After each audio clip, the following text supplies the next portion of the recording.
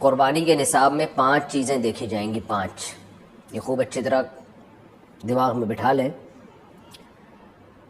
اور یہ 5 چیزیں کس دن دیکھی جائیں گی؟ بقرعید کی صبح صادق، یعنی 10 ذی الحجہ کی صبح صادق سے لے کر 12 ذی الحجہ کے غروب آفتاب، یعنی یہ جو 3 دن ہے نا قربانی کے، 10، 11، 12، ان 3 دنوں میں کوئی شخص صاحب نصاب ہو تو اس پر قربانی واجب ہے. صاحب نصاب کا مطلب کیا ہے یہاں پر قربانی پر خوب سمجھ لیں. سونا ہو کسی کے پاس، یا چاندی ہو، یا مال تجارت ہو. تجارتی مال کا مطلب وہ چیز جو بیچنے کی نیت سے خریدی ہو، کوئی پراپرٹی ہے بیچنے کے لیے خریدی، دکاندار کا جو جتنا سامان دکان میں پڑا ہوتا ہے سب بیچنے کے لیے خریدا ہوتا ہے. کوئی کپڑا آپ نے خریدا تھا، خریدتے ہوئے بیچنے کی نیت تھی، تو یہ تجارتی مال کہلاتا ہے. چوتھی چیز ہے نقد رقم، کیش، یعنی جو بھی آپ کے پاس بینک میں یا جیب میں جو کیش اماؤنٹ پڑا ہوتا ہے. یہ 4 چیزیں ہو گئی. 5ویں چیز ہے ضرورت سے زائد سامان. ضرورت سے زائد سامان میں بہت تفصیل ہے، آسان اس کی ایک جو ہم اگر ضبط کر سکتے ہیں تو وہ چیز جو پورے سال بھی استعمال نہ ہوتی ہو. گھریلو چیزوں میں وہ چیزیں جو پورے سال بھی استعمال نہ ہوتی ہو، جیسے کپڑے کوئی یا برتن ہے، ڈنر سیٹ ہے، پورے سال استعمال نہیں آتا. اسی طرح کوئی پراپرٹی پڑی ہوئی ہے جو نہ کرائے پر دی ہے آپ نے اور نہ آپ اس میں رہتے ہیں، وہ پراپرٹی بھی ضرورت سے زائد میں داخل ہے. تو یہ جو 5 چیزیں ہیں، کسی کے پاس یہ 5 چیزیں، ان کی جو ویلیو لگائی جائے گی تو ان 5 چیزوں کا مجموعہ اگر 52.5 تولہ چاندی کے برابر ہے. 52.5 تولہ چاندی آج کل 65-70 ہزار کے لگ بھگ ہے، نیٹ پہ سرچ کر لیے گا.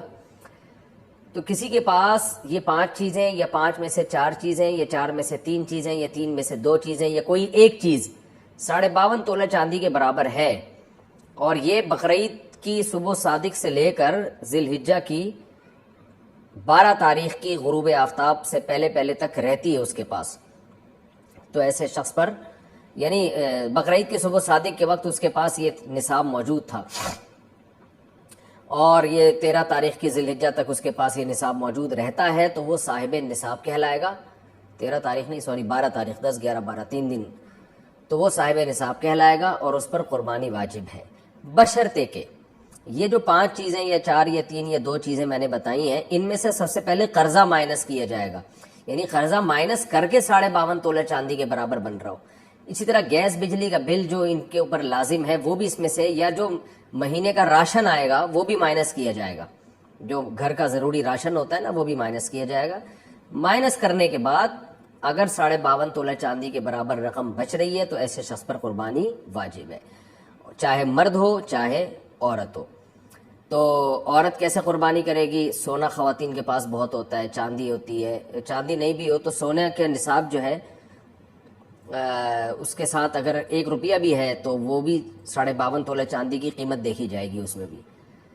تو عورت کیسے قربانی کرے گی؟ اس کے پاس تو کیش نہیں ہوتے عام طور پہ، تو پورے سال جمع کرے، تھوڑے تھوڑے اپنی جیب خرچی سے بچایا کرے، یا سونا کو بیچ کر کرے.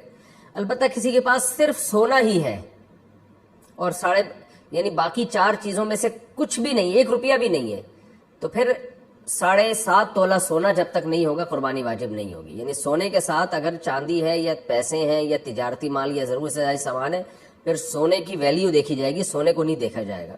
لیکن اگر صرف سونا ہی ہے تو پھر 7.5 تولے سونے سے کم پہ نہ زکوٰۃ ہوتی ہے نہ قربانی ہوتی ہے. تو یہ ہے، تفصیل سے آپ کو بتا دیا. تو آپ چاہیں تو اس میں ایک گائے میں حصہ لے لیں، چاہیں تو بکرا لے لیں، چاہیں تو دمبا لے لیں. مرد پر الگ واجب ہے، عورت پر الگ واجب ہے، جو بھی صاحب نصاب ہوتا ہے.